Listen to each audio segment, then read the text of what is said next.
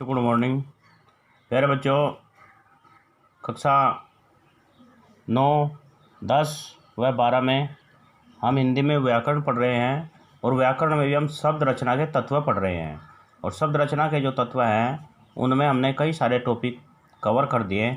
और आज जो हमारा टॉपिक है वो है मुहावरे एवं लोकोक्तियाँ। मुहावरे और लोकोक्तियाँ भी लगभग सभी परीक्षाओं में पूछे जाते हैं, नौकरी से संबंधित परीक्षाओं में भी अवश्य पूछे जाते हैं।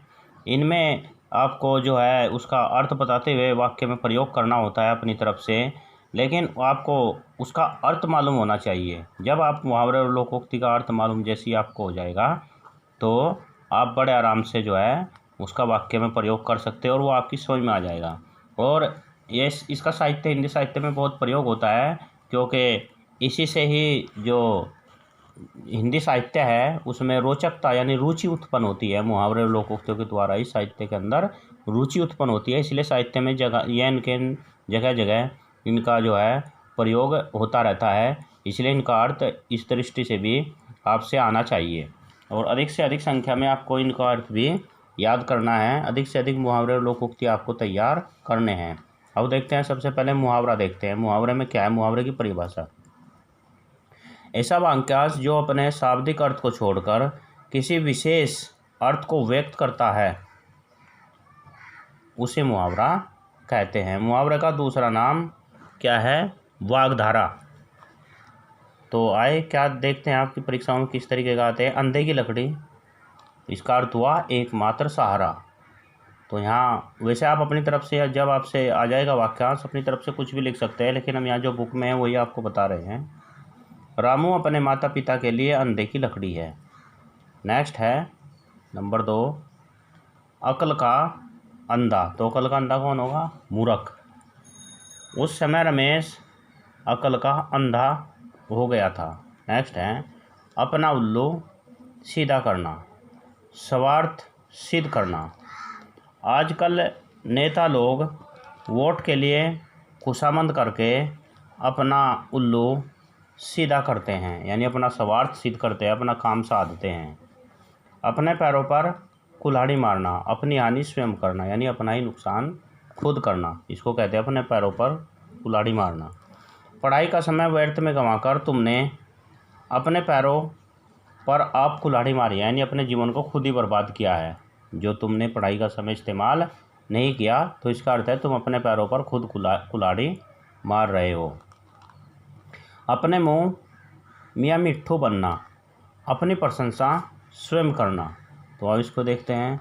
आजकल के नेता अपने मुँह मियाँ मिट्ठू बनने में गर्व का अनुभव करते हैं, यानी नेता लोग बताते हैं हमने सड़क बनवा दी, हमने रेल चलवा दी, हमने ये करवा दिया, हमने वो करवा दिया, हमने। तो अपने मियाँ मिट्ठू खुद ही बनते हैं, यानी अपनी प्रशंसा अपनी बड़ाई खुद करते हैं। आँख से गिरना, सम्मान का कम होना, यानी जो सम्मान था उसका कम हो जाना या समाप्त हो जाना।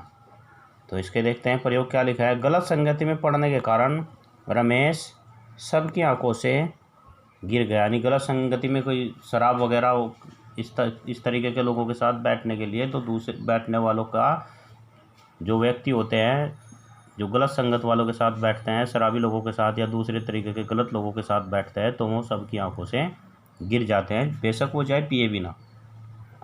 नेक्स्ट है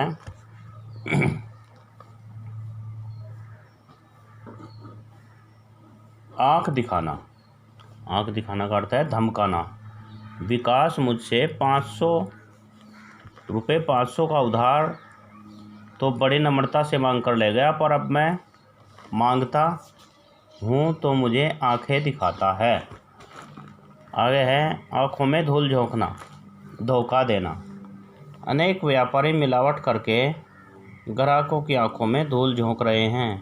आगे हैं आंखों पर पर्दा पड़ना, धोखा खाना। ऊपर वाला धोखा देना, आंखों में धूल झोंकना, और पर्दा पड़ना धोखा खाना। सुनील की आंखों पर ऐसा पर्दा पड़ गया कि वह विश्वासघाती व्यक्ति को अपना मित्र समझ बैठा, मतलब विश्वासघाती व्यक्ति को पहचान नहीं सका, धोखा खा गया। नेक्स्ट है आंखों के आगे अंधेरा छाना, सभी तरफ सूना दिखाई पड़ना। दीपक की मृत्यु का समाचार सुनते ही उसकी पत्नी की आंखों के आगे अंधेरा छा गया। नेक्स्ट है आंखों का तारा, अत्यंत प्रिय। राम कौशल्या की आंखों के तारे थे। नेक्स्ट है आंखें चार होना, निगाह मिलाना या प्रेम होना। बातों ही बातों में राजू एवं आशा की आंखें चार हो गई। नेक्स्ट है आपे से बाहर होना, क्रोध के कारण अनियंत्रित होना। यह छोटी छोटी बातों पर आपे से बाहर हो जाता है। आप अपनी तरीके से भी वाक्य में प्रयोग कर सकते हो। आग में घी डालना, क्रोध को और बढ़ाना। लड़ाई झगड़ों के समय पिछली बातें दोहराना आग में घी डालने का काम करती है। नेक्स्ट है आस्तीन का सांप, विश्वासघाती मित्र। भारत चीन को मित्र समझता था, लेकिन भारत पर आक्रमण करके उसने स्वयं को पूरा आस्तीन का सांप सिद्ध कर दिया। नेक्स्ट है आसमान के तारे तोड़ना, असंभव काम। तुम प्रधानमंत्री बनने के स्वप्न देख रहे हो, तुम्हारे जैसे गंवार के लिए तो विधायक बनना भी आसमान के तारे तोड़ने से कम नहीं। नेक्स्ट है आसमान सिर पर उठाना, बहुत अधिक शोर मचाना।